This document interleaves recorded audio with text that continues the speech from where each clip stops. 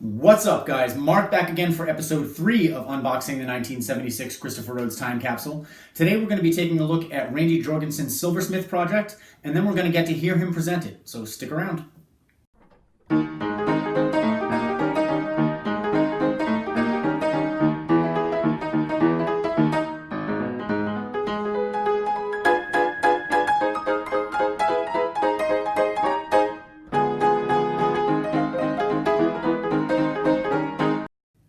So before we get underway today, I just wanted to start off by thanking you guys so much for watching these videos and being encouraging and just supporting the channel. That being said, I hope you've been enjoying the videos so far, and if you have been, then I hope you'll give them a thumbs up. I hope you'll also consider supporting me by subscribing to the channel. You can do so with the little watermark in the right corner or with the link underneath. When you do, you'll want to click the bell icon so that you'll get a notification anytime I have a new video coming out. Otherwise, even if you're subscribed, new videos tend to kind of get lost in the feed. So, as I said, today we're going to take a look at Randy Jorgensen's Silversmith project, and then we're going to get to hear him present it. And that is thanks to us finally having the 1/4-inch audio reel back from being digitally mastered. There was a little bit of a delay there. It took a little bit longer than I was expecting. A few other speed bumps kind of got in the way.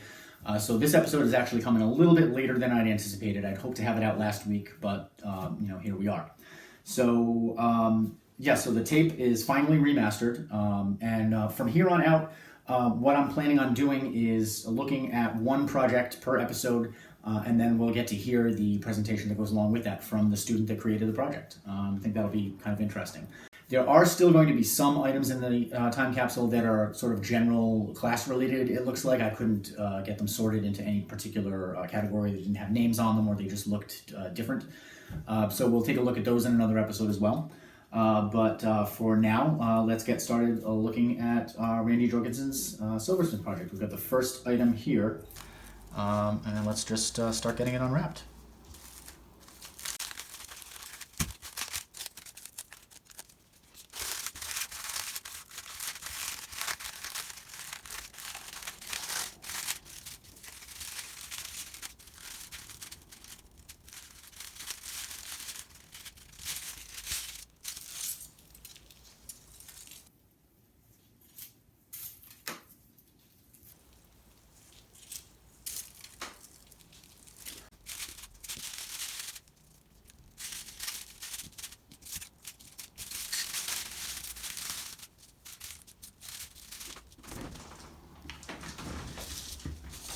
So it looks like what we have here is a series of tools for the silversmith made out of clay. What looks like a sort of crucible, kind of for melting and pouring. A type of hammer, it looks like, maybe. And I'm not able to identify what this was. Part of the problem here is, well, I'll say it's a problem. It looks like these are made out of some kind of plasticine or a plasticized clay versus something that would just dry outright. So it's still very, I'd say soft. It's not, I'm not sure what we're looking at here. It's got a bit of mold on it, a fair amount of mold. So I tend to think it's some kind of plasticized, maybe a polymer clay.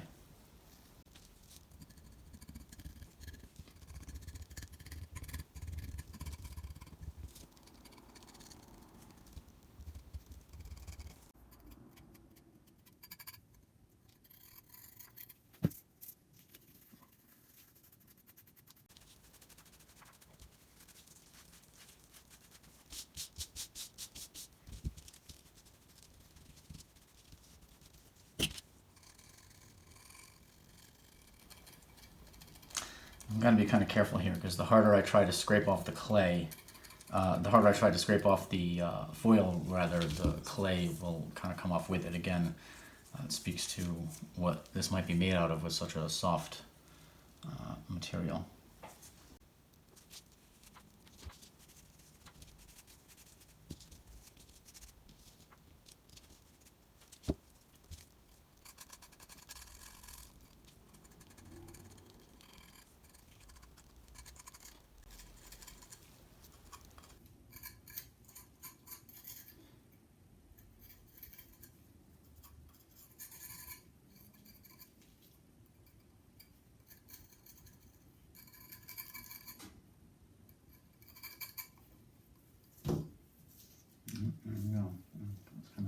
was going to happen.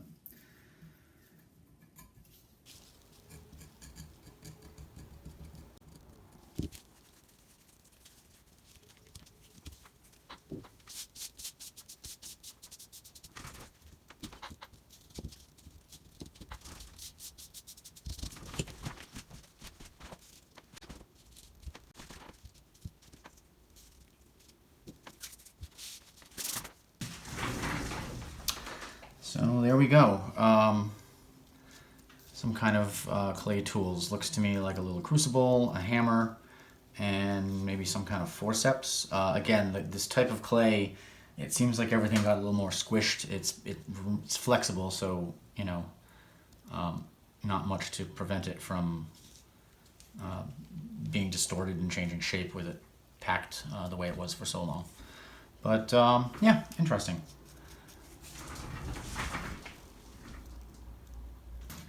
So I think the next thing we'll take a look at is this. Imagine this is going to be some kind of maybe anvil, something else related to silversmithing.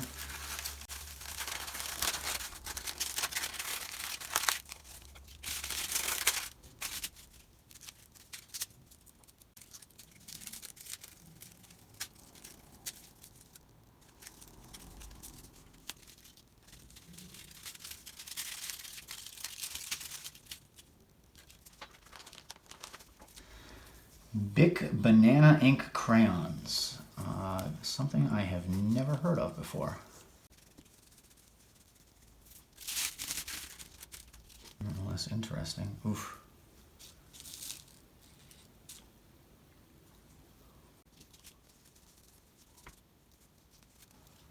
It's like a sort of a marker, which amazingly still has ink.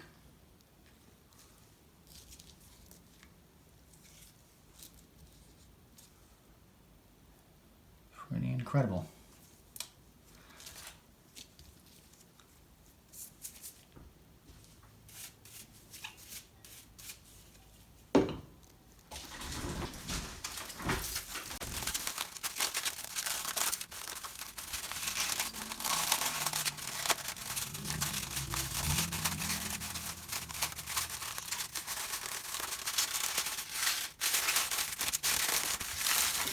We've had a lot of luck lately with some of these things coming out from the foil really cleanly.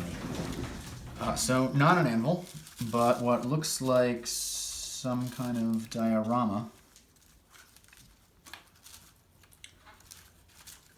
Tombstones? I'm not too sure what this has to do with the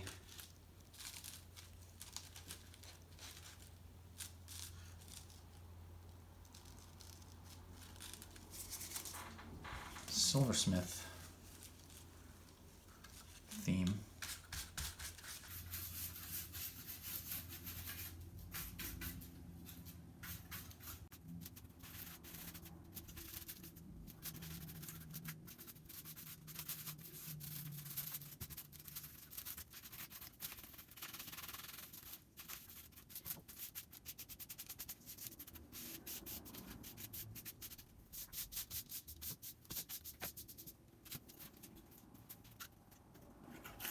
So the headstones are 1874 to 1910, 1920 to 1942, 1910 to 1930, and 1953 to 1975.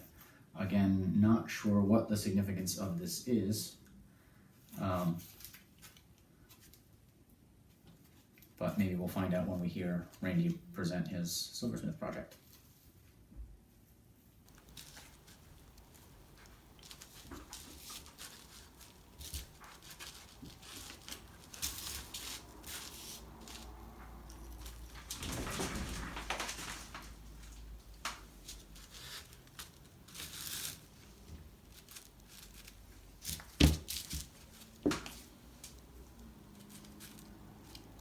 Alright, then our last item for today will be this, which I presume is going to be the written or another display part of the project itself.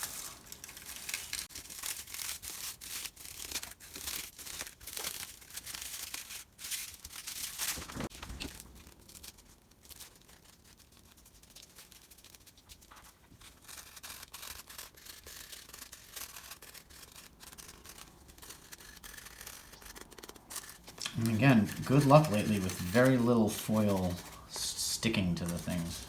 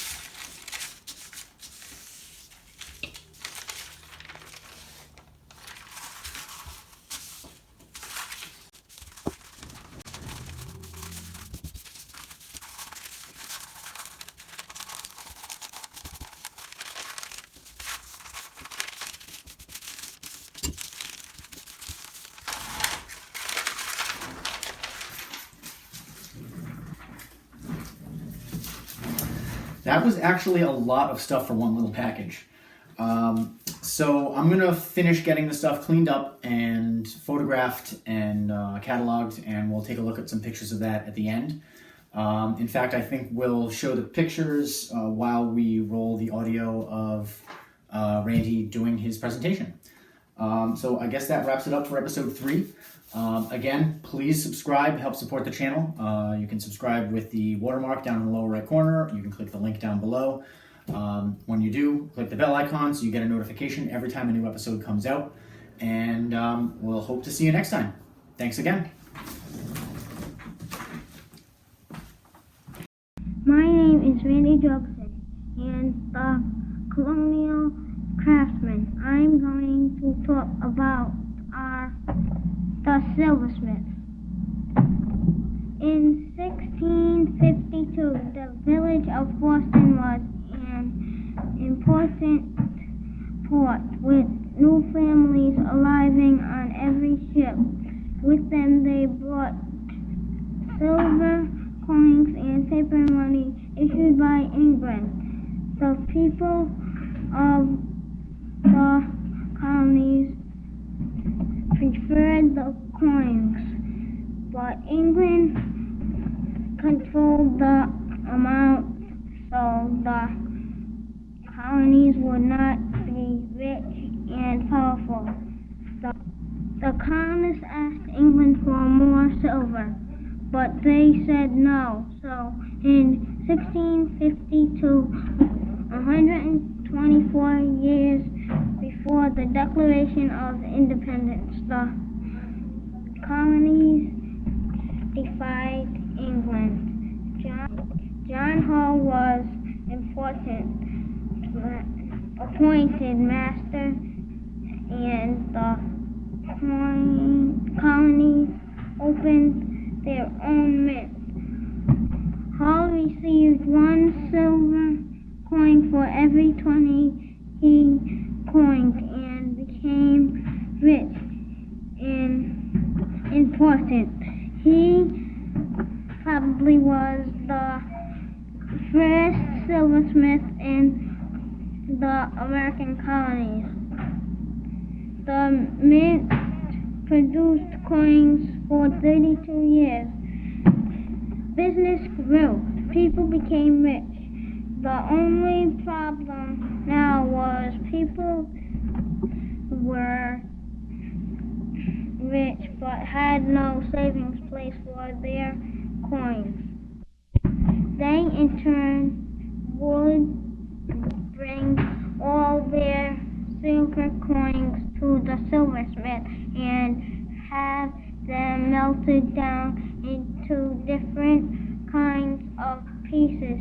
In those days, you could buy a piece of land with a silver bowl if they were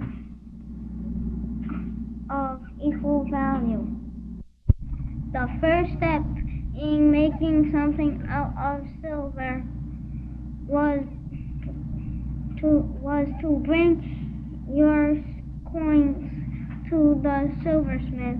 Then you would decide how much the silver was worth and what you wanted made. The silver was melted down and poured into a mold called an ingot. This looked like a brick. Pure silver is very soft, so a copper alloy had to be added. It was melted again and formed into sheets.